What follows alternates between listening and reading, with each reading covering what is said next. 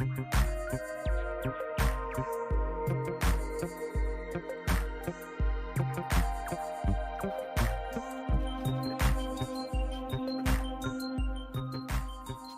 welcome to Mary Welter Radio, the podcast. How are you? I am Mary Welter. This is my work husband, James. He is back this week. He was out last week, but he is back. We had Howard Bernstein sitting in the seat for him last week. Welcome. If you are new to the podcast, please like it, especially if you're on YouTube, or you can also please subscribe to the channel. We appreciate that as well. And you can always go back, just look for Mary Welter Radio on YouTube, and you can go back and see past episodes with all of our different guests. We've had great guests, and we appreciate it if you like it. The audio will be available on Apple Podcasts and Spotify about an hour after the show, depending on how quick I am. But approximately an hour, give or take. So glad you're back. Hello, thank you. Always fun to be back. I see you're growing the beard in. Is that what's happening there?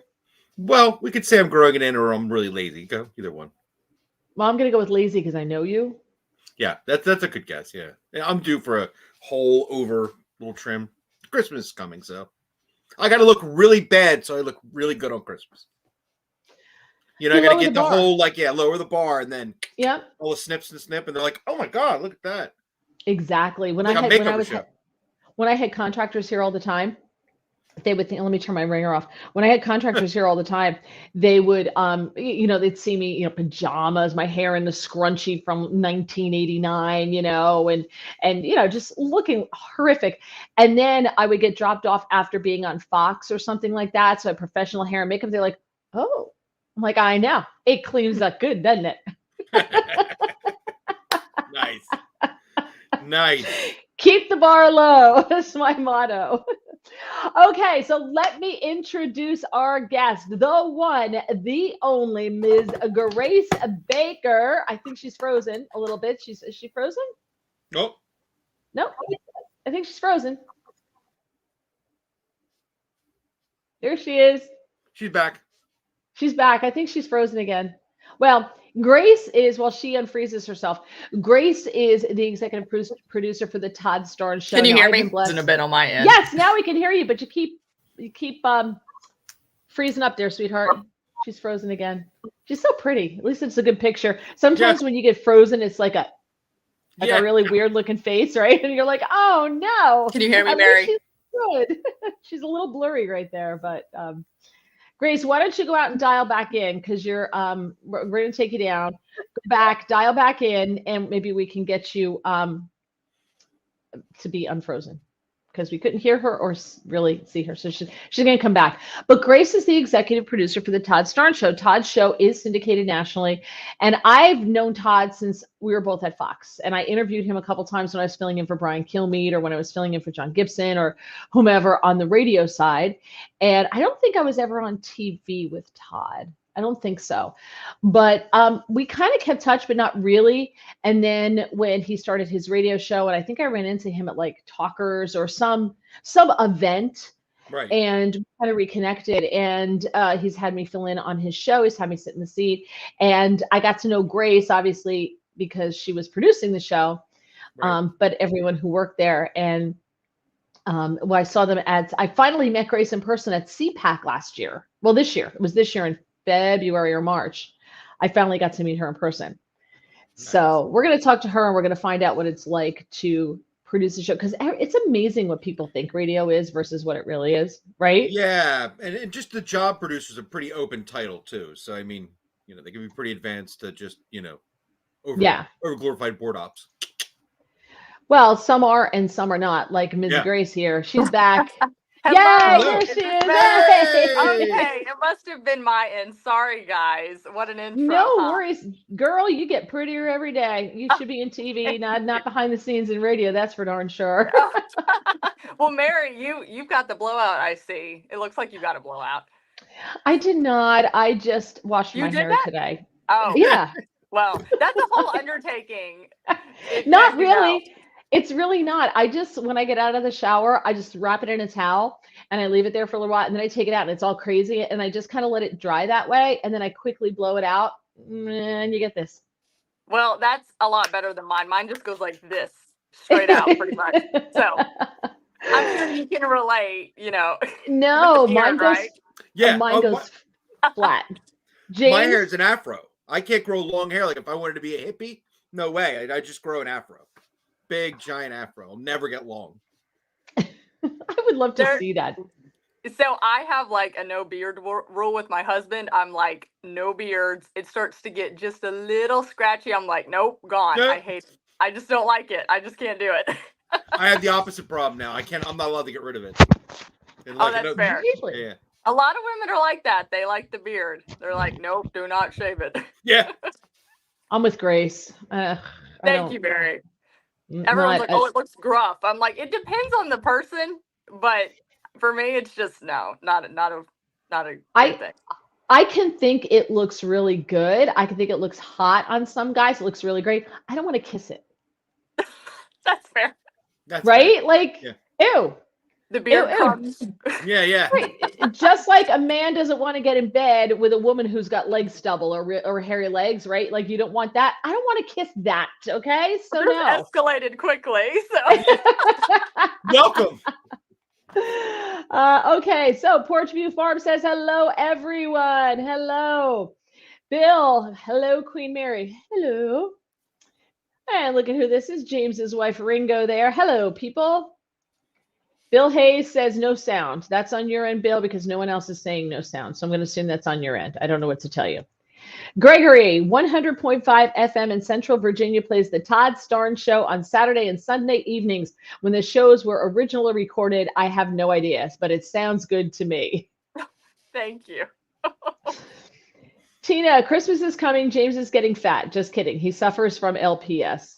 That's laziness, procrastination, and stupidity.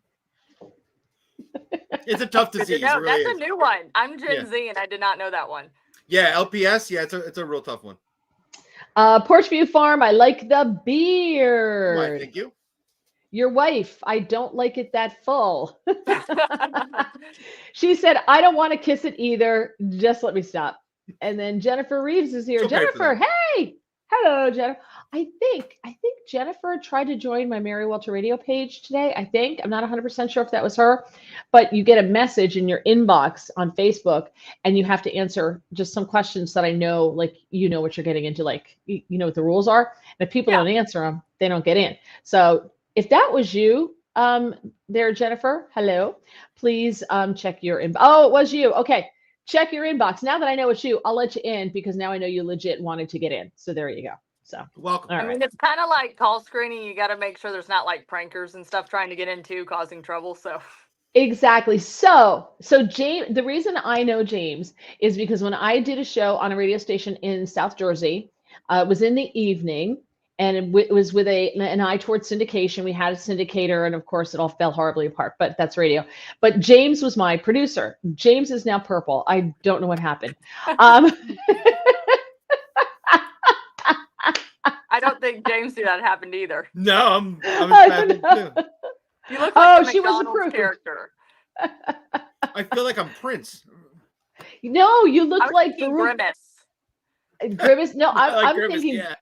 Violet Beauregard and Willy Wonka. Oh, that too. I'm thinking that movie's coming out this month, so it's appropriate. So there you go. That's why they're playing the old ones on. There's some channel on TV that's playing all the old ones. I keep watching them. I like Johnny Depp. He's very good as Willy Wonka. I gotta give him credit. He's a crazy person, but he was really good as Willy Wonka. I feel like everybody who plays that role is a little crazy. So. Well, I will say Gene Wilder as the original Willy Wonka. Oh yeah, that's true. That was the best. That was the best. Yeah, he was the best. He was good. Yeah, it's hard. We'll see about the new one. We'll see. Yeah. Porchview Farm thinks James looks like Yukon Cornelius. Oh, that's a good one. That's very Christmassy too, especially with the hat. Yeah. It does say Merry Christmas on it. So, James, did you see this? Porchview Farm thinks she looked like Yukon Cornelius. I'm going to go out and come back too. I'm going to see if that'll change my purple status somehow because it's not a camera. I like it. It's kind of festive. If it was green, it would be really festive. Yeah, it's true. Red. So, all right. Well, you just get your LGBTQ on. We'll or off, whichever you want to do, James. You can stay or you can leave. He's going to leave. So, okay. So, James was my producer.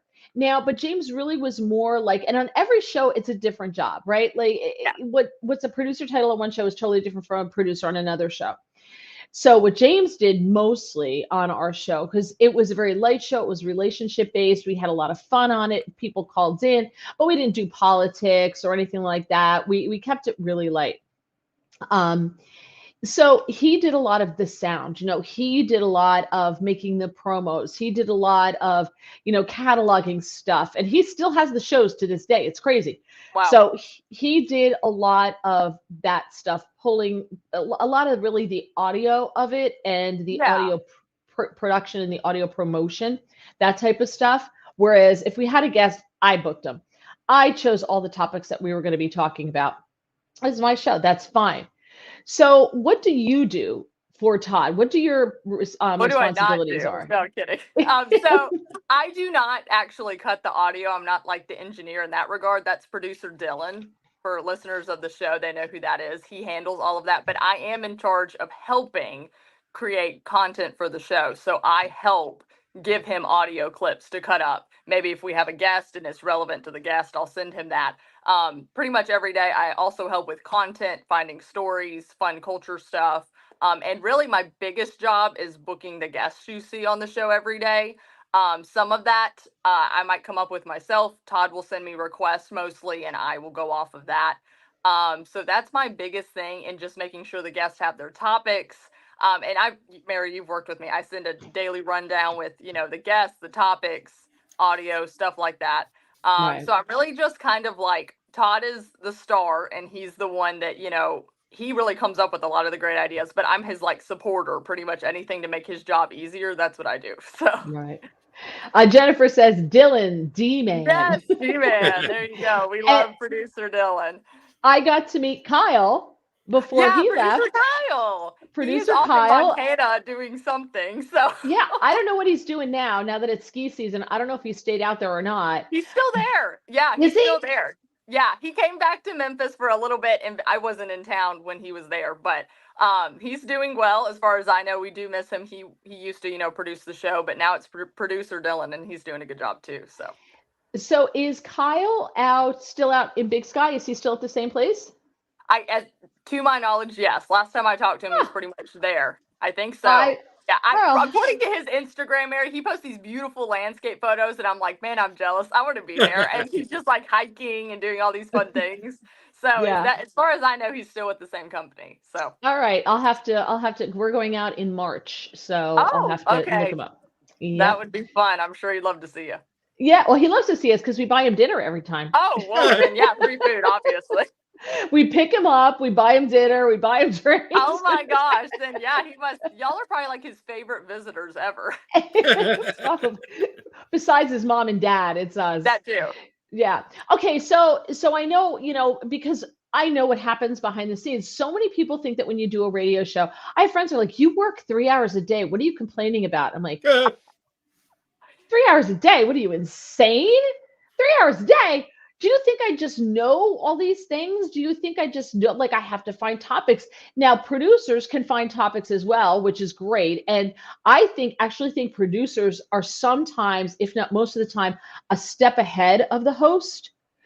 Because, like tomorrow I'm in for Guy Benson on Fox News Radio. So I'm going to be in for Guy. The producer already texted me the names of the 3 guests that he booked along with the topics. Yep. And I was just like, I haven't even read this yet, but like he already I'm like, what are we talking? I didn't even know this story. So sometimes I think a really good producer is almost a couple of steps ahead of the host. So how do you do that? Yeah, so I'm pretty type A. So I have like a spreadsheet that has my entire week laid out, and the whole team has access to the sheet. It's color coded. It shows who is confirmed, who I'm working on, who came on the show, who missed their time, because that happens too. Basically, I mean, like this week I was looking, and I try to at least have a guest booked a day, like even starting on Monday. Like I want to have one already for Thursday. In politics, because I work in politics, I can easily just say, well, let's just get people from Congress and go from there, because there's always stuff going on in Congress. So that's one way I try to stay ahead, is just keep kind of a rotation of those kinds of figures coming. And yes, we will talk about topics, but the morning of, usually there's new news of the day, and we'll say, okay, where are we at now?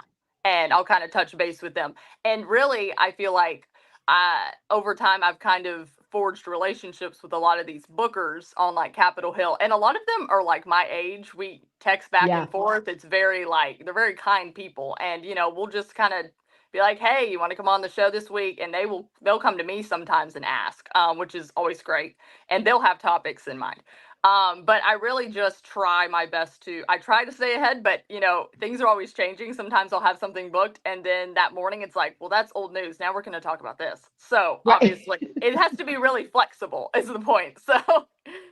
Right. So you have to get guests. I always find like just a good general news of the day type guest. And like you have those people. You are. You are. Like people like you, I can be like, well, I can book them and we'll just figure it out day of whatever's going on. So. Which is fine, but you will always give me a heads up about what we're going to talk about. But so James, I don't know if you wanted to chime in here because I know you've done this. So I was curious. What I'm guessing now because you run a multiple producer setup, so I'm guessing you're the executive producer in that chain. Is that how that works, or? Yeah, well, I'm the executive producer, and then I would say like producer Dylan, he handles again the audio, the kind of the engineering side of things, the technical side of things, and I'm more the content side of things. So yeah, I am EP technically. Yeah.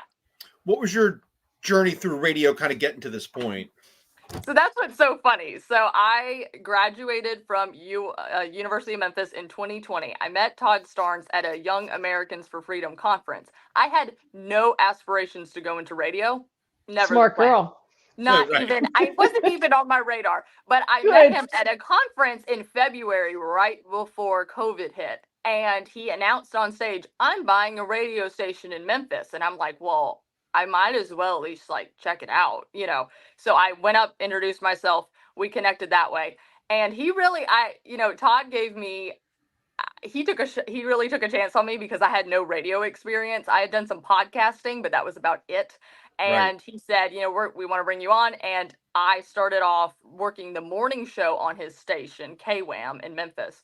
And was screening calls, and really they stuck me on air doing newscasts, which I had no idea how to do. And I was kind of just winging it. And over time, I worked more and more with Todd. And one day he was like, do you want to be my executive producer? And I was like, well, I have no experience, but definitely. And so really a lot of it was learning on the job. I've been with him now for over 3 years. But it definitely was not the initial plan. I had planned to do like magazine writing, editorial type of thing, nothing involving audio, and here I am. That's my job. So it's kind of funny how that works out. Yeah, it really is. So is Todd the tyrant to work for that I hear he is? I mean, like he's really nice on the surface, but behind the scenes he's a tyrant, isn't he? He just has no sense of humor. He's not funny at all. He's not fun to talk with. No, he is great. He really, like, when I listen to him, he's still like, I'm laughing out loud, even though I know half the stuff he's going to say because I know the content or whatever. It's still, he makes me laugh. And he's really great. He's always been so generous to me and just really, really helpful and in teaching me because, again, I had no idea what I was doing, but he's shown me the ropes, which I'm really grateful for. But he's just fun to work with. There's nobody like Todd. Like, you meet Todd, he's just one of a kind, really. So I got to meet Grace and Caleb and Kyle. Oh, yeah. Right. Yes. You met the whole crew. Right. At CPAC this past CPAC. And they were so nice to me because I was homeless, because I was just there. I was doing stuff. You were like a nomad flying around. I was doing call-ins for a bunch of different stations around the country, and I was doing some hits on Newsmax and some hits with Andrew Langer and Jerry, his co-host Jerry, like on their podcast, and I did some stuff. I was just like guesting on all this. So I just like wandered around. You were popular. Oh, thank you. Well, because you know what, I'm free. So we couldn't get her to dinner because she was always busy. We were like, "You want to go to dinner?" And she's like, "I got this, I got that," and I'm like, "Come on, Mary." Well, I was only there Thursday and Friday. I left know. so I was there one Wednesday night and Thursday night. I didn't hook up with you guys till Thursday, and Thursday night there's Oh, like some dinner. The only reason I went to CPAC is Andrew Langer invited me to this dinner, and it was all media people. So I said, all right, I wasn't even going to go to CPAC. So, but they were so kind to me because I didn't have a home. And so I'm lugging all my stuff around. And so they let me put my stuff behind their little table there. And every now and then I get on the air with Todd. I would say things that make him blush and then walk away. And this is true. I can confirm that. Yes. That's awesome. And then he stuck Mary and I on the air together, and he just sat back and was like, I'm just going to let them go. We were talking about, I think, Hershey's that day, the chocolate company. Oh, yes, because because they did the right. And then that other Jeremy's chocolate came out chocolates. Yeah. Right. Hershey's, and what was it with the him bar, the her bar and the him bar or whatever. Yes. And one has nuts and one doesn't. Mm-hmm, that's it. It was clever. I got to give him. That's good. I have to give Todd credit because he's very easy to make uncomfortable, and I adore doing it. It's so much fun. It's true. So, okay. So, all right, you book guests, you get some topics here and there. But I mean, are there other things like, all right, so tell us what happens behind the scenes that, that you're responsible for in order to get that product out on the air, because anybody who follows radio, I don't know, some of them will hear some stories about what happens. But between technical difficulties, stations running on a shoestring, right? Nobody's got any help. Nobody can afford anything. It's an industry that's hanging on with like fingers on the edge of the ledge, right? Man. So nobody has money for anything, right? Our computer system was so old. We were running on an old Scott Studio system designed to run on Windows 98. And you don't have to be technical to know it ran on MP2s. Quite literally, use actual MP2s. So you were converting audio to MP2s to get it on air, and it took like an hour. At the fast speed.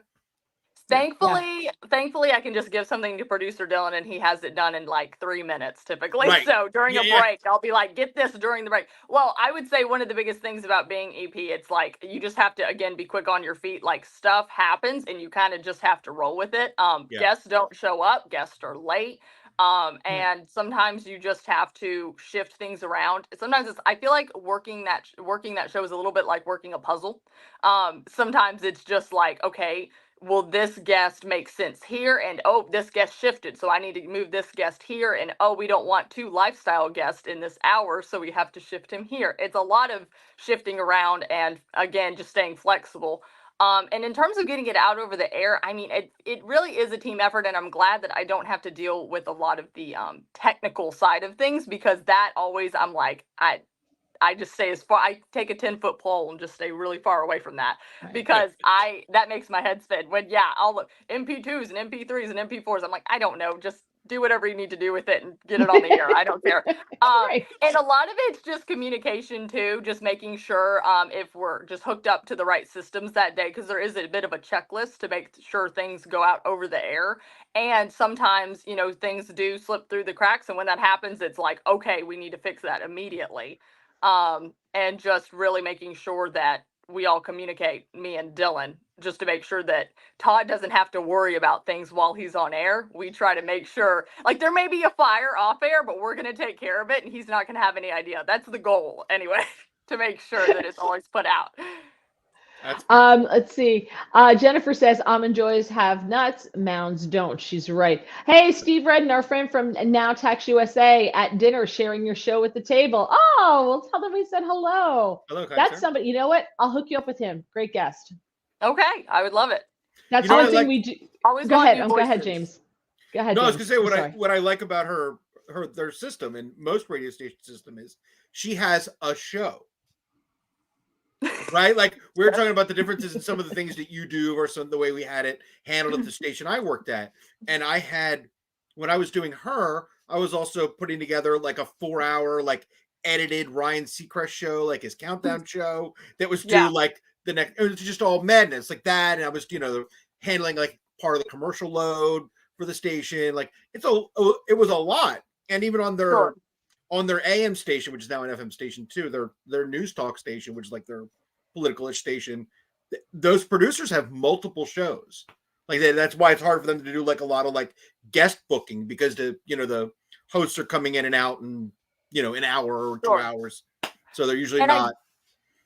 And I do help some with another show on this station, our morning show. I'll help sometimes book guests here and there for that. So if somebody like needs my help, I can help book a guest to anybody on the station, and that's fine. But yeah, to your point, I am thankful I can focus on one show specifically. And, I've kind of evolved into just being Todd's assistant. I mean, like keeping his schedule, all those sorts of things. Again, just trying to streamline his life so he doesn't have to think about it. If he has an appointment that day or a podcast interview that day on another show, he doesn't have to I'll just put it on his calendar. Here's all the details. Here's all the topics taken care of. Here you go. So you're a little bit of a personal assistant as well. Yeah, that as well. Yeah. That's kind of, especially as I moved remote, that became more heavy focus. Since I wasn't screening calls anymore, I do more administrative work. I thought I heard something. Okay. Porchview Farm. How long did it take Grace to speed up as to who would make a good guest? Like, how do you make that decision as to who would get up to speed as to who would be a good guest? And what kind of research do you feel you needed to accomplish on that, on that guest, like before you put someone on the air? I would say I do get lots of pitches, and some of them are good pitches, but I know they're not good for our show. Our show really heavily focuses, I would say, on politics and culture war. And a lot of times, not always, but a lot of times I'll get something like maybe something on the economy, like really in the weeds. Oh, this economist, such and such. That's probably not going to be a good fit for our show. There are things I see that buzzwords that I'm like, probably not a good fit for us. And I've kind of learned that over time, just learning Todd's show, what would be a good fit.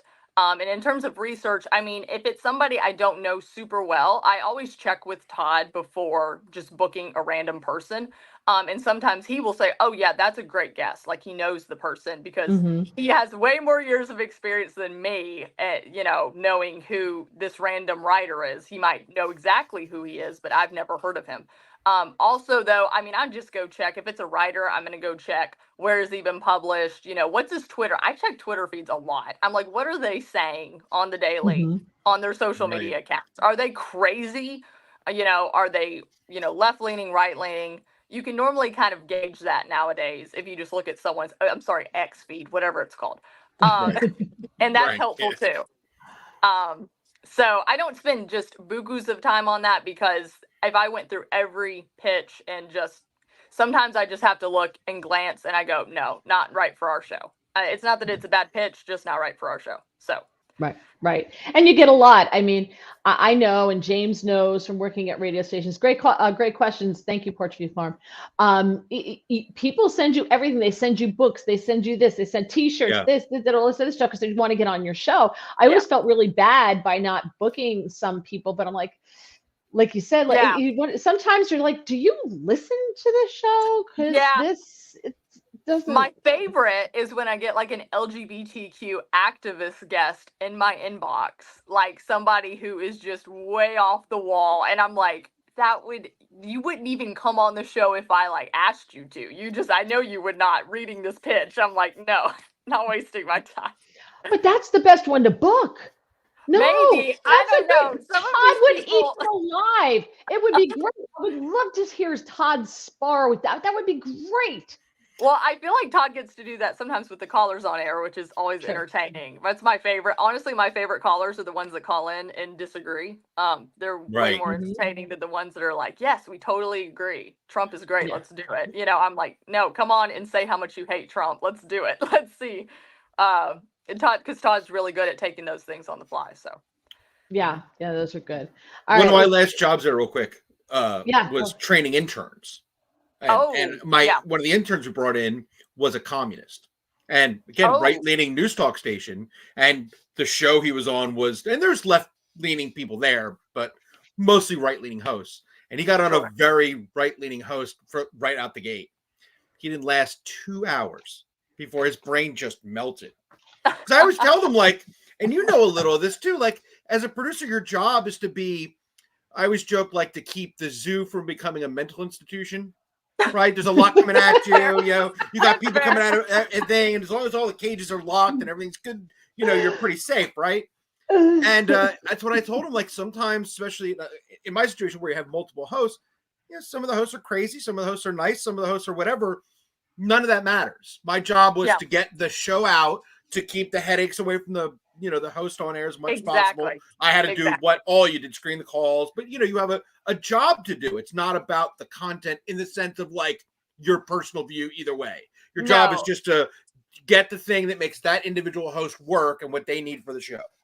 My favorite thing is people, know in real life I wouldn't hurt a fly, but when I was screening calls in Memphis, we got letters like Grace is mean. She's mean. And I was like, I didn't feel there's something about it when I go into that mode. I'm like, I am protecting the show. I'm the gatekeeper. So if you're going to come on the air, you better be ready. And I mean, some of the nicest people in the entire world call into that show. It's just funny because people would email. I'm like, I wasn't being mean. I've got 10 people on all these phone lines. I've got to cycle them through and make sure these people are serious and not just pulling my legs. So.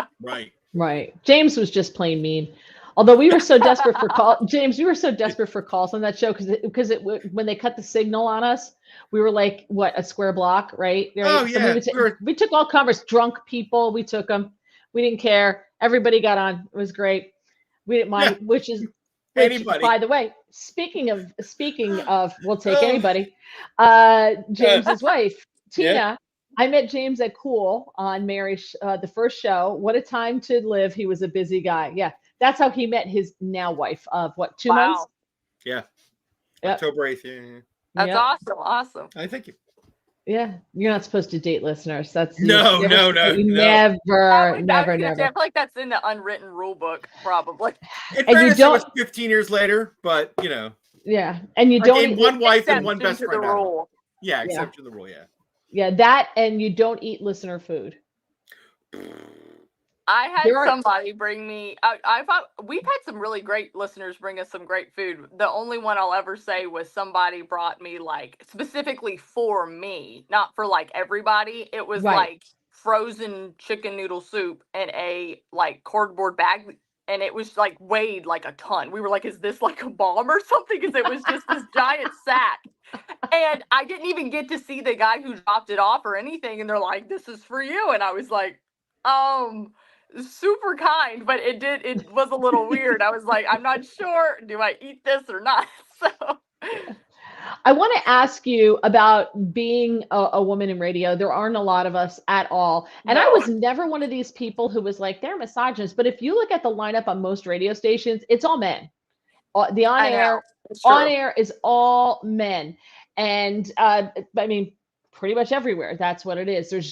But yet they all will go to these conferences. We'll go to talkers, which I just can't go to anymore. And they're there and it's all men up on the stage. And were you there when Todd was there? No. I wasn't able to go with him. Mm-hmm. But it's the same people who say the same thing every year and nothing ever changes at these radio stations because it's usually they're run by corporate and corporates, over in another state, in another time zone. And it's a bunch of bean counters and they don't care. They really don't know anything about radio. They know nothing about a quality of the product, about the host. You can have someone who will work less, be a better host, but they just will be working remotely. Like you work from Chicago, even though the station you're working on is in Memphis. Yes. Todd lets you do that. And it works beautifully because he knows you're talented and he wants to get the talent. So he has no problem with you doing that. But most corporate run radio stations at this point in the game want you to pick up your life and move across the country to go sit in a studio to do a radio show when you can do the same radio show from home and you'll take less money because a lot of people will take less money just for the convenience of working from home. They're like, all right, I'll take less money. The station saves money. I get to work from home and they get a good host, right? They get the host they want. That's true. They don't do that. They will not do it. It's insane. It's absolutely insane. And that's the way corporate radio is. It's very inept, but it is primarily men.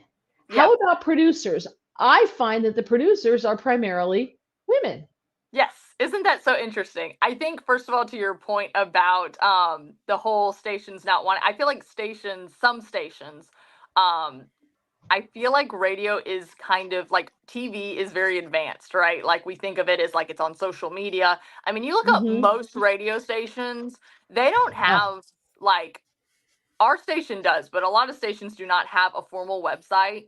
They do not have I go on their social media pages, it hasn't been updated in 2 years. I Yep. just think a lot of radio stations, they don't, it's a new idea, so they're like, I don't want to do it. I just don't yep. think they want to do it. And some stations are so bare boned, it's like, when it comes to social media and stuff, I'm sure they're just like, we don't want to bother with it. But it's like you do have to kind of evolve with the times, or you will get left behind. And I don't think some of them have figured that out yet. So, and then on to your second point, women being producers. I think it's because women are just overall, if I may say, more organized. And that is a big thing. I just feel like sometimes I'm the only woman in my office space.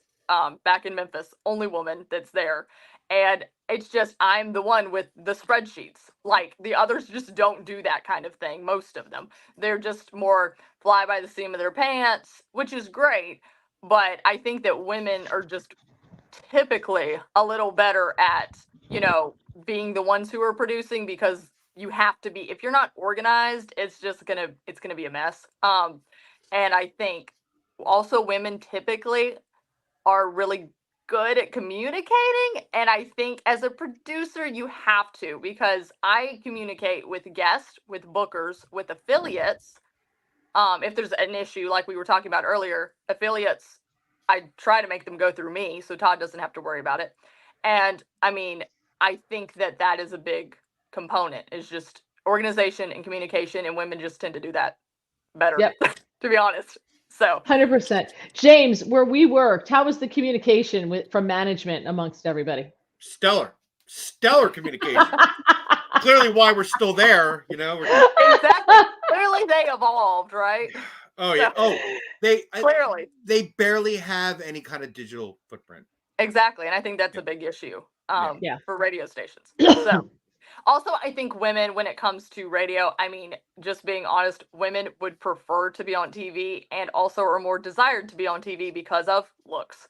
So men Right. can, women, it's like if you've got a pretty girl on the radio, they're going to say, why aren't you on TV?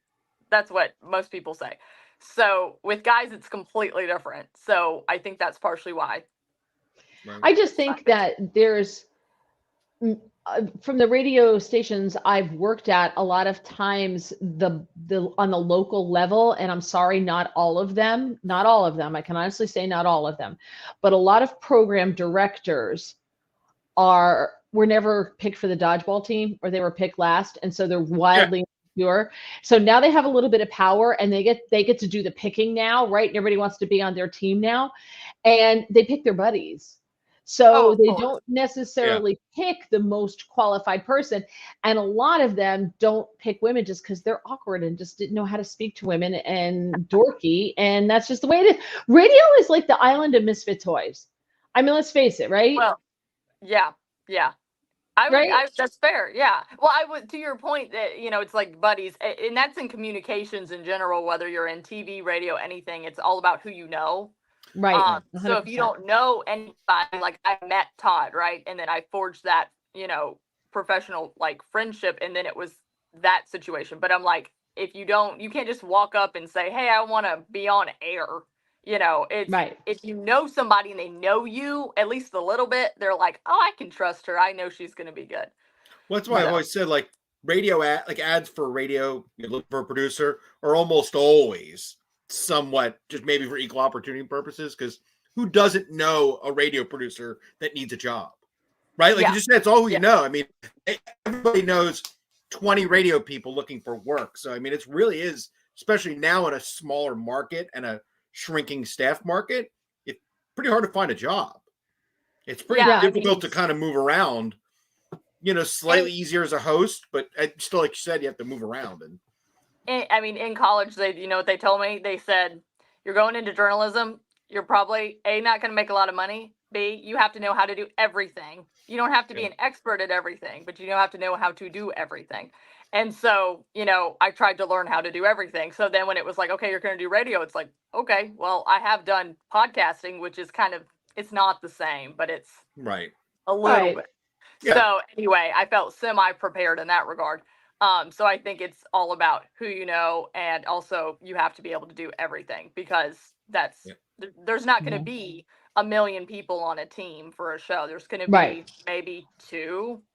Some have 0. Some it's just the host and they do everything. So that's not uncommon either. So no, it's not. They run the board. Yeah. Tina says James is feminine. Does that count? Jen says, Grace, a guest suggestion, a spot on air with Todd speaking to the Robertson family clan, Duck Dynasty. There's good laughs to be had with Phil, Willie, etc. We have had them on many times. They're great. Oh, the Blind movie that just came out, we had a couple members of the family on for that. Nice. They're great. Yeah, we love them. Yeah. I want to talk a little bit about, I didn't think we were going to do this whole segment, this whole show on peeking back behind the radio. People don't understand. My husband used to say all the time, he's like, it's just really daycare for adults. It's what it is. Right? Because the things that happen at radio stations just don't happen in normal places of work, because we're all slightly socially inept, right? And some really socially inept, because we spend a lot of time not getting asked to dances. So we spend a lot of Friday and Saturday nights home alone talking to ourselves in the mirror, right? So that's how I think most radio people, especially the guys, sorry guys, but they're all Mary's just throwing the guys under the bus. No, today. but she's not wrong. No, she's not wrong. No. Well, don't you think? I mean, you're talking to a microphone. You don't have a person necessarily in front of you, so you don't have to have the face-to-face human interaction if you don't want to. So, and that's why they're good at it. But James, behind the scenes where we used to work, I was never there. I was only there once or twice, so I got to see this. I got to see some of the characters. I was like, do you remember that producer fight, the producer-host fight that we heard screaming down the hall? We had one time we had a producer. Oh yes, the dude who was a very awkward fella. I'm sure he's not. I don't know. Whatever. He was a very awkward fella, and that's being so nice. I'm being trying to be as polite as I can here. And he got in a knockdown, drag him out with his host on air. Like you literally heard almost like the mic drop. We heard the screaming down the hall, feedback through the speakers. It was madness, absolute chaos.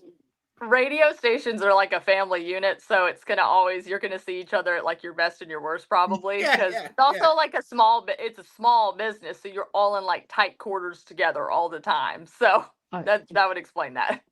There was a guy who was living at the radio station, wasn't there? He was living in the one station that was just automated for a little while. Yeah, he was just living there. We had a really good air mattress for hurricanes. Yeah. Oh my gosh. They had kept a couple laying in a thing, and it was on the air mattress for a while. Oh. We had showers upstairs on the 3rd floor. It used to be a TV station up there, so yeah. And he was living, and nobody knew management didn't know he was living there. Oh, that's terrible. Nope. But everybody else knew he was living there. Yeah. We were sent out one time to get sleeping bags for the station in case there was like bad weather and we had to cover it, and we were like, we need sleeping bags, pillows, whatever, and we have them still. They're in the closet. If we need to spend the night there, they're there. So you got to be prepared. I remember one time we had a really, really bad storm, and they said it had to send state troopers to come and get us because we had like 30 inches of snow or something. And and one time they wanted me to, stay overnight at the radio station. I said, I will walk through a blizzard to get the hell home and away from you people. I work with you. I do not have to live with you. I was like, no. And I just, look, how are you going to get back tomorrow? I'm like, there's going to be enough people sleeping here. Yep, that's true. I'm not doing it. True. I'm like mostly, and I was like, I don't even like most of you people. So I didn't. It was just, we had one station I worked at. This is what, for people who don't understand, like with the stuff that goes on where it's so different from corporate America, because I worked in corporate America. And I think this is what happens when you have creative people all in one place. Oh yeah. That's so this one station I worked at, we had a guy who came back, who is in the military. And he came back, and we all knew Johnny. and we just would hang out, and we're hanging out, and Johnny. Well, Betsy, we had to hang out because the boss made us be there for 8 hours, whether we were on air or not. You had to be there for 8 hours. He had to see you, or else he wouldn't pay you for 8 hours, which is Oh dumb. my gosh. So Johnny taught us all how to make bombs from the heating elements from the MREs. So Oh we my sat gosh. out in because and you would put them in soda Wow. containers, and we were shooting them off on the lawn because we had nothing else to do because we had to be there for 8 hours. So I would come home. My husband would come home. He goes, "So what did we learn at day camp today?" I'm like, "I can Ah, make a bomb now. If we could just get our hands hey, on that's some useful, MREs, right? I You know how to never do know. that." Hey, Yeah. nowadays it'd be a useful skill, probably. Yeah, very useful skill. Yeah. I only ever got talked to by my program director twice, and they were both from her show. One Really? was one was Christmas. I played he let me play whatever Christmas music I want. And they were like not oldies, but like classic hits sort of station. So, I went through the normal, like I like to sneak in some Motown Christmas and jazz Christmas, whatever I can sneak in. I snuck in a Dave Matthews song called The Christmas Song. And in it says like the blood of Christ. It's like a heavy song. And I got that bat phone call like, "Hey man, I give you a lot of leeway. You can't play songs playing the blood of Christ. You just can't. You got to work with me here, all right? You can't do that." The other one was we were talking about military, was a military guest, and it was one of the interns we had. You went away, and I covered the show one time, and I had her boyfriend on who had just gotten back from Iraq, and he was a little edgy. I mean, he had been blown up. I found out in 11 IED episodes. 11, like it was a lot. 11th is the one that got him, but it was his description of like being in Iraq, and his girlfriend, I think they're married now too, was like, "Hey, he's not going to want to talk about a lot of that." I've had a lot of military guests. I've always been like, "Yeah, we can talk about just base life and getting drunk in basic or whatever." No, we don't have to talk about heavy combat topics. Whatever he wants to talk about, we're perfectly comfortable. And then we weren't 10 minutes in before he started telling like people blowing up and limbs going everywhere stories. And that was the other phone call I got, like, "Hey man, I know you have a lot of military guests, but maybe you should, keep the content on the, hot hit station. Like maybe that's not the right venue for thing, My worst fear on radio is always somebody dropping like a cuss word like that can't be said. And I'm always like, oh, because some people come on and they just get really riled up and you're like, oh, they're about to say something. And we have a button that we're on a delay. You can click dump and get them off. But I always have like a heart attack every time. Yeah. So Grace, have you ever booked a guest that Todd was afterwards like mad at you about or angry or like, "What the hell, Grace?" I know he would never say hell, but he would say, "Geez, Lou, Grace, what were you thinking?" Geez, Lou. Oh, there's definitely been a couple guests like during the interview that like Todd has texted me. He's like, "We're not doing this person again," and I'm like, most of the time I agree with him. I'm like, "Sounds good." Yeah. And so afterward, it's always like, "Thanks for coming on." It's like, I'm not saving your contact information. I'm There sorry. you go. And some, I mean, like, there's some like reps, Congress people that come on air that, I mean, they're fine Congress people, but they're just not good on the radio. So sometimes there are people that I'm like, probably not going to use that person again. So. Right. Who is the most, I mean, if you had to pick like the best guest ever, that if you could ever get this person back on the air again, you would tomorrow, who was like your favorite guest? Oh gosh. So Most you mean interesting, whatever. to me personally, not like for the show necessarily, like, or do you mean somebody I've booked before? Yes. Someone you've booked before. in the past. So one of my favorite people I ever booked was Dog the Bounty Hunter. I always thought that was a fun one because I used to watch his show. So there was, I don't remember the exact story, but there was like a girl missing in Florida. It was like a couple years ago, I think. And he was like looking for the girl, and the girl's killer. Do you remember that? I can't remember. I'm trying to remember what the situation was. You're right. But it was a national story. Yeah, that's a story, yeah. Anyway, I remember booking him, and I mean, they were just really nice people to like work with. And I just remember being like, I just booked Dog the Bounty Hunter. That is so cool.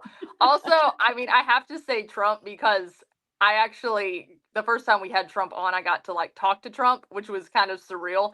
I remember he answered the phone and, or I answered the phone and I was like, just hold on just a moment, Mr. President. Todd's going to get to you. And I just remember he said, okie dokie. And I was just kind of like, did Trump just tell me okie dokie? So that was always the funniest thing. Other people, I'm a really big fan. Somebody I listen to weekly is Andrew Klavan from the Daily Wire. I like him a lot. So whenever he has something, I like to book him. Other people, I don't know, Mary. There's so many interesting people. I think booking Trump is a pretty big, That was a big one. Yeah. That's a big one. How do you Trump? There's no Trump right. in Trump. So. Exactly. Okay, so I got a text that says, geez, Lou, Grace makes me put movie stars on that she has a crush on. That is not true. That is not true. I cannot think of who he's talking about. Not that I have a crush on, no. If we were following that logic, I would have put on Robert Pattinson already, but that didn't happen. So. No. So who's the guest that you've never had on that you want to get on? Here's your white whale. Yeah. Yeah. Oh, he used to be, I can't say anymore. I really did want to get Ron DeSantis, and his people were just like horrible to work with, to be honest. Yeah. They're just horrible. I'm like, they were just so like, it pretty much indicative of his campaign, in my opinion, has been very poorly run, including his staff. Trying to talk with them, like I would get a hold of them and then they would just kind of ghost me, and then they'd come back and ghost me, and I'd be like, so they were, for a while I was like determined to get him on, but I still occasionally I'll reach out, but at this point I'm like, I think he's kind of fading out. So we'll see. You know what? I wonder if that's why most bookers are women, because the vast majority of us date men, and that's a chore. And trying to get any communication from him is ridiculous, right? And they'll ghost you, and and then they'll come back, and then they'll want to talk to you again. You're like, but wait a minute, you ghosted me. And then like, no, this time I really, really want to be on. And you're like, well, I don't know. And so you let them on again, and then they do it again. You're like, that's it, I'm not doing it anymore. See, exactly. So that's why the bookers are all women. Well, and as a booker, you have to be like really persistent. Like sometimes I'm like, they probably think I'm the most like annoying person on earth, because I will, like, if you don't reply to me, I'll be like, hi again. I know they get sick of me sometimes, but then most of the time it pays off. But I just know, I'm like, I know you've got 1,000 other emails in your inbox. I got to make sure mine is at the top of your inbox. So. Right, exactly. So, all right, Farm, do you think radio will understand eventually that it will need to modernize in terms of the workforce and talent? Do you think the corporate ownership model will become obsolete? Oh gosh, that's a complicated question. Yeah. I think if they don't modernize, I think that there's going to be issues. The corporate ownership model will become obsolete. I think if the corporate ownership model continues, I feel like locally owned, locally operated typically has better quality. So I think, there's that issue. I mean, quality. I don't know. I feel like this is almost a question for you, Mary. Do you think it will become obsolete? I think radio is going to become obsolete because of corporate ownership. Okay. Because I feel like there's a thing I will say with radio, there's bad weather, this or that. Your TV doesn't work. You turn on your radio in your car. It's always going to work. So that's, I think, why. Go ahead. I would say I think that dilemma, and at least the obsolete part, is going to be corporations buying up every local radio station and thinking they can just like flip it into like a satellite thing for a larger market. But that's not going to get them anywhere. I think people want local voices on their radio station. I do. Yeah, I think there are some syndicated shows that everybody wants to hear. I think there are some of those, but I do think people want and they always were, and I do think people want local as well. But for me, I look at the way corporate runs things. They're so disconnected from the product. Most of them have never worked in radio ever. They've never worked in a radio station ever. They've never been behind a mic ever. So they're like, well, this works in Dallas, so it'll work in Spokane, or this works in Dallas, so it'll work in Indianapolis. Well, no, that's not how it is. It's a very localized, very customized product. But corporate ownership, like a station I worked at, corporate, we're redoing your studios. Great. And we want your input. So we had to tell the boss, well, we want to do with this one, blah, blah, blah. So they do all this stuff. And we come in and there's, there's six big screens with different, Fox and CNN and MSNBC and blah, blah, blah, blah. But we can't see them from where we're sitting because they're on the sides and behind us. Yeah. So I can't see it. I'd have to be like this the looking whole time. Around. My computer, which crashed an average of 3 times per show, they didn't replace. They told me to bring in a laptop. Yeah, I've heard that too. Fun. Right? Like, okay. And because they get rid of the IT department, they get rid of the promotions department, they cut by doing all of that stuff. They centralize things like and this may be too in the weeds for the audience, but like commercial placement, there used to be a guy who sat there and said, this spot goes here and this goes here and this goes here. They have a big corporate person who does that now, right? Who doesn't, so that's a disaster. They did things like for our producer who was sitting in another room, we were in the same room as the engineer who pushes the buttons. The producer's in the other room. I couldn't see her from where I sat. Yeah. Right. The engineer couldn't see her. And only one host could see her. In the old studio, everybody could see her. Yeah, I mean, there are times when it's like I was across the glass and I'd be like waving my arms and like thumbs up, thumbs down. No, doing these like a dance basically. Holding up notes. Yeah. I remember that. Yeah, absolutely. And I do think real quick to end that. I do think it's part of the idea of it being local is what everybody was missing was how automated things got, right? I mean, most people, the only reason you're listening to radio and not satellite is you like that jock, that host, that whatever it is, that local person that knows what's going on in your town. Which I think is just, I mean, for me, I have local sports people I listen to still. And that's where I was going to say podcasting comes in for radio stations too, because I think that, again, a lot of radio stations probably don't do that, but like we every day have podcasts for each of our shows, which I think is important as well, because, sometimes you can't listen live, but you'll listen to the podcast, and that's still good for the station podcast writing. So, and that's just a replay of the that's just a replay of the show, right? Yeah, it's just that's great. Yeah, so it's like on demand. All right, Tina. Oh my gosh, I wanted to be a bounty hunter when I was a kid. When I watched Dog the Bounty Hunter, they asked me what I wanted to be in school, and for a year straight, it was bounty hunter. They didn't like that. Grace says, I like Porchview Farm. I like local. Grace's point about quality is on point. Yeah, absolutely. It's got to be about quality. So let's just veer away a little bit because we've been doing this for almost an hour. I didn't think we'd talk about the behind the scenes of radio.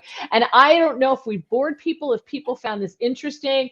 Give us your feedback. We'd love to hear it. I just find that most people have no clue what it takes to put together a radio show. They just think I pop on the microphone and I work 3 hours a day. No, you only work for 3 hours. No, what do you make 3 phone calls for a show? That's it. You make 3 phone calls and book 3 guests. You don't do anything. No problem. Yeah, they have no clue. So I have to ask you, what do we think about Taylor Swift and Travis Kelce? I knew you were going to ask me about. And is there a fun name for them, like Benifer or anything like that yet? I don't know. Okay, so to clarify, I'm not like some giant Swiftie person, but I'm like, this is what I feel like about Taylor Swift. She's so popular. I can either just be a hater or I can just be like, she's cool. Like, she's interesting. She's as liberal as the rest of them, but she is interesting. My biggest issue with probably Travis Kelce is seeing his Pfizer commercials all over my television. But I'm like, really? But anyway, I don't know about a pet name. At first I thought, oh, this is totally publicity, but I'm like, maybe not. And here's the thing about Taylor Swift. I mean, I've seen she has driven the economy. She's driven all these things. I'm like, man, if they had a baby, there would be a baby boom. So maybe they just need to go ahead and, get hitched and get on with it. So it might be good for the country. I don't know. I don't know. They'd be raising little liberals, so I don't know how good that would be. I know. That's true. It's kind of cool. So here's my thing. I listen, when I was growing up, when I was coming up, I was all about Bruce Springsteen when I was older. When I was younger, I thought I was going to marry David Cassidy when I was like 8. I'm like, I'm married because the Partridge Family is really cool. You don't even know who that is. I don't know who that is. I was going to say. Believe me, there were television shows before you were born. Okay, that's all I'm gonna say. Were they in black and white? Look, I'm kidding. Oh, Todd, did you hear that, Todd? Guess never coming back on. I know I'm gonna be on your list now. So Jeez, Lou, Todd, did you hear that? Were they in black and white? When I see We like you, old Missy. TVs, see?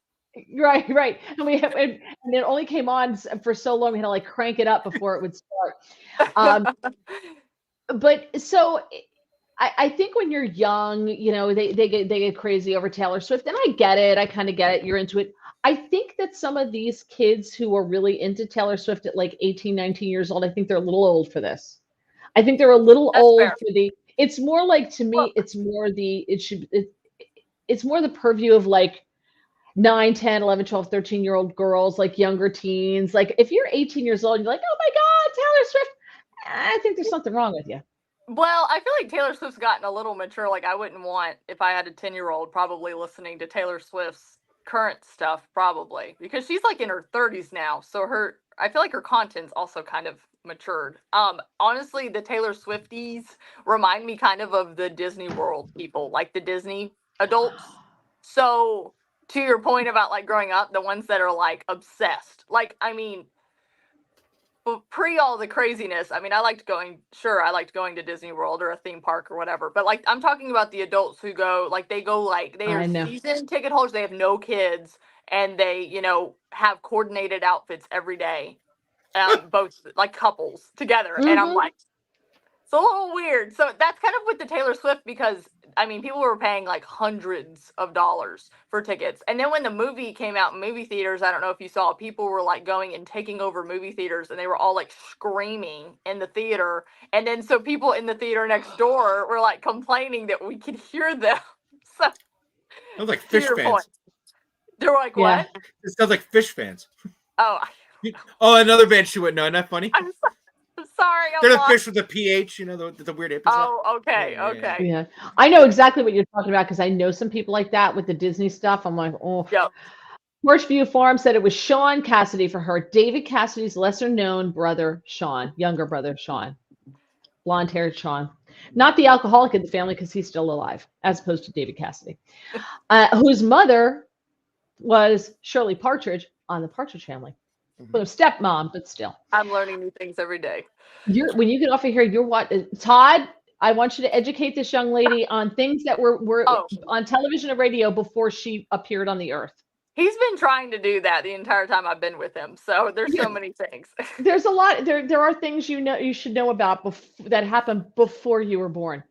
Gregory says, speaking of the Partridge Family, Danny Bonaducci was big on the radio in Chicago. Yes, he was. My buddy Ryan was his producer. My new neck of the Really? woods. Yeah. And he married his wife Gretchen on the first date. Remember, they got married, and they had a reality show for a little while.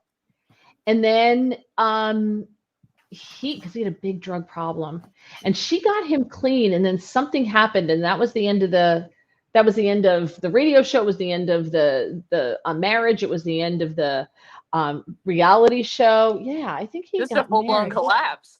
Yeah, it was. Yeah. It was. Well, hey, that's another thing, by the way, because you're younger too. So radio used to be, and TV and music for that matter, just debauchery. I mean, nonstop debauchery. Oh, more than like now. I'm not talking about really radio, but about like TV and music. Way and all more that. than now. Because I think statistically, I feel like people, and I don't know if you'll blow up your age on air, but you're in your 20s, I'm guessing. Am I correct? Yes. Yeah. Right. So, I mean, drugs just aren't the thing as much. Especially, I bet. I don't know. That's what that's what the youths are telling me. I don't know. That's the way they're spinning it to me. Like, our generation is all the crazy people. I feel like my generation is more crude, but maybe I'm crazy. I don't know. It's hard to compare. I don't know. I'd be fascinated.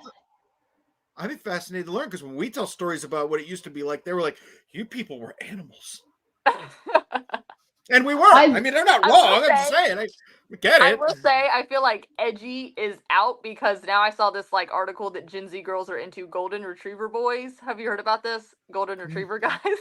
Oh, I got to hear this. Bad boys are out, and now golden retriever guys are in. They're basically like blonde, goofy smile, goody two shoes type of guys. Beta males. You could say that too, but that's like the new style. Yeah. So beta edgy, boys, like biker guys, they're like, nah, we don't care about that. But golden retriever boys. Golden retriever Look it up. boys. It's a term. Yep. Who wants a See, I'm beta teaching you male? guys too. I got to teach you guys the Yeah, I'm Jimmy. excited for this. Yeah, I got a new thing to carry around now. Look at that. I mean, I'm Golden not one, Ret- but yeah. Okay, so I typed in golden retriever male and retriever dogs in New Jersey pup lovers wanted. Not that. No, Golden type in retriever boy. puppies for sale. English golden retriever puppies available. Oh, I can't get another puppy. I've already got Male one. versus I know. She's got a dog that has like all this stuff from Mike Lindell, like all custom made beds and all this other stuff. But Merlot, Yes. right? Merlot, the Dalmatian, yeah. That's awesome. She's more famous, honestly, than anything else because, like, when I was call screening, I would have people call in and just ask about her. They would be like, "How's Merlot? Tell us how Merlot is." I had people send me Dalmatian themed like socks and plaques and things because they were like, "Oh, I saw this and thought of you." Like, thank you. Okay, golden retriever. According to Urban Dictionary, Okay. a golden retriever boy is a male who is goofy and gullible. Yeah, because I want that. Yet very loyal and protective. Is often confused but excited and just wants to make others laugh. See, that sounds like marriage material right there, honey. I know you're Telling often you. confused and super excited, but hey, you're funny. You got Yeah, a great smile. yeah, a guy who can be dumb from time to time. I'm an actual moron, so I mean, I'd be gold in this younger community. Golden retriever boy.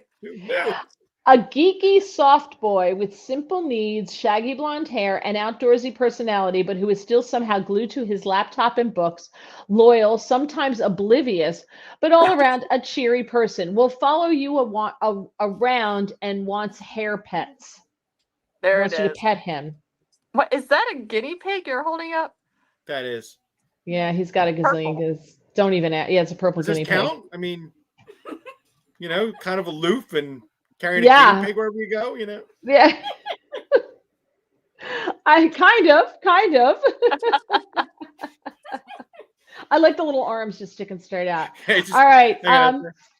Porchview Farm says, growing up in Cleveland, we had WMMS The Buzzard 200.7 in the heydays of rock DJ, total debauchery 100.7. Yeah, total debauchery. Oh, God.